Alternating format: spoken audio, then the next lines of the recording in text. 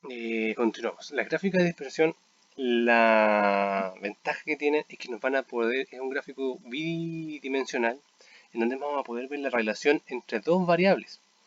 Estas gráficas de dispersión pueden ser en 2 dimensiones, en 3 dimensiones, o como ustedes lo puedan visualizar o como les convenga más visualizarlo. Pero lo importante es que vamos a poder ver la relación entre ambos datos. Por ende, cada uno de los pares dibujados corresponde a un valor x de una variable y un valor y de otra variable. Y que con un conjunto de datos nos proporciona esta relación. Para los diagramas de dispersión, lo que nosotros vamos a tener, vamos a borrar nuestra pizarra improvisada. No guardar.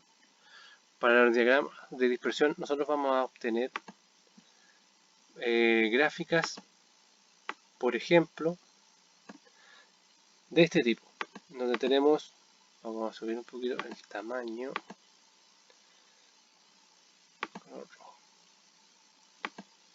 vamos a tener puntos de esta forma. Nosotros vamos a tener que nuestra gráfica de dispersión va a muestrar los valores x con respecto a los y tienen esta forma. ¿Qué nos quiere decir? Que tenemos una pendiente, se relaciona de manera positiva. Entre uno aumenta, el otro también aumenta. Si fuera de la siguiente manera, tendríamos que los datos se correlacionan de manera negativa. Por otro lado,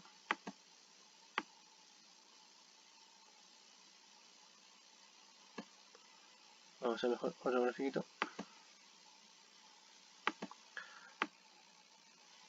Por otro lado, podríamos tener que los datos se relacionan de esta siguiente manera.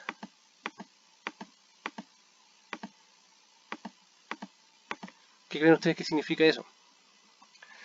Nuestros datos se relacionan de manera no lineal. También podría darse, no tiene el mismo análisis que una correlación lineal, pero sí también podría darse, así que por eso también se lo muestro. Otra forma es que nos veamos así,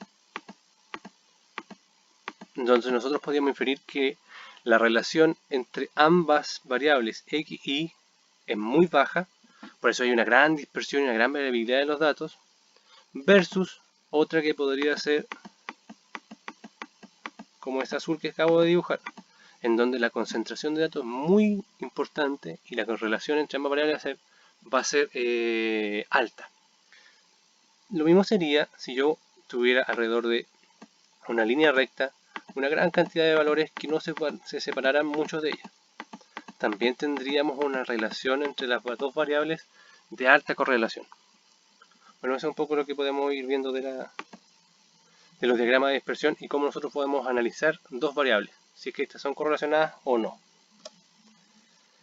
Por otra parte, tenemos los diagramas causa-efecto, que esto sí lo van a ver mucho en la práctica y en la vida real, que también son conocidos como los diagramas de espina de pescado o diagramas de Ishikawa. Aquí nosotros vamos a poder analizar cuáles son las acciones o cuáles son los problemas que nos llevan a un problema mayor.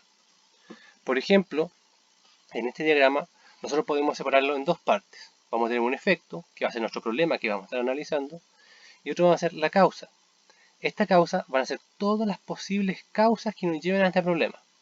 Por ejemplo, aquí tendríamos que categorizar todas las categorías que podríamos encontrar. Por ejemplo, si nuestro problema es baja producción, recursos humanos, las máquinas, maquinaria, horarios de trabajo, ¿qué otra cosa podría ser? Materias primas, ventas, marketing, todas esas podrían ser las causas de una baja en la producción. Además, en este diagrama, luego de de enumerar cada una de las categorías, lo que nosotros podríamos también aquí es agregar otras flechitas que vayan sumando aquí, que serían subcategorías. Por ejemplo, este fue la categoría de recurso humano. Nos afecta, causa, baja la producción. Y esta subcategoría que nosotros podríamos agregar nos podría decir, en la categoría de recursos humanos, la baja de personal podría causar este efecto. Entonces así se podrían ir dando las relaciones causa-efecto. Por otra parte, vamos a tener los diagramas de red. Estos diagramas de red son técnicas que nos van a pedir graficar y diagramar una serie de procesos. Dentro de los más importantes vamos a tener los diagramas de red como tal, técnicas tradicionales de diagramación en ingeniería, los diagramas de bloque y las cartas Gantt. Entonces, los diagramas de red principalmente van a estar considerados como grafos donde vamos a tener nodos y arcos dirigidos. Y ahí va a haber una cierta cantidad de nodos máximos y una cierta cantidad de arcos que los van a conectar. Para el caso de producción, nosotros tenemos que los nodos están asociados a operaciones y los arcos están asociados a precedencia de operaciones. Aquí yo les quiero mostrar un artículo que estábamos trabajando con el profesor Herrera y otros compañeros del doctorado en base a la programación de ambientes inteligentes de tipo YocToP. No sé si conocerán los ambientes tipo YocToP. Son una cierta nomenclatura para el ordenamiento de trabajos dentro de una línea productiva. Por ejemplo, el YocToP que nosotros estamos analizando es de esta forma, en donde por ejemplo tenemos 4 máquinas y tenemos 3 trabajos a secuenciar en ellas. Entonces tenemos que el trabajo 1 necesita la máquina 1, luego la máquina 4, la máquina 2, la máquina 3 y termina. El producto 2 va a necesitar la máquina 3, la máquina 4 y termina. Y así sucesivamente. Ese es el problema del YocToP a grueso modo. Y el problema que nosotros estamos analizando. Ahora existe una heurística que se denomina SVH, que es la heurística del cambio del cuello de botella. En esta ocupa la gráfica que nosotros estábamos analizando, que es el diagrama de red, donde vamos a tener un nodo inicial y un nodo final, y vamos a tener nodos intermedios que van a estar asociados a las operaciones propiamente tal. Por ejemplo, aquí tenemos que para este nodo representa la operación del producto 1 en la máquina 1, el producto 1 en la máquina 2 y el producto 1 en la máquina 3. Por ende, en este tipo de diagramas de red, lo que tenemos son líneas continuas para las operaciones secuenciales. Es decir, el producto 1 en la máquina 1, luego tiene que ser en la máquina 2, y luego en la máquina 3 y termina. Lo que nos muestran las líneas punteadas son subyacentes y arcos disyuntivos. Lo que nos dicen esto son herramientas o son trabajos que se tienen que realizar en paralelo. Por ejemplo, o que podrían realizarse en paralelo más que nada.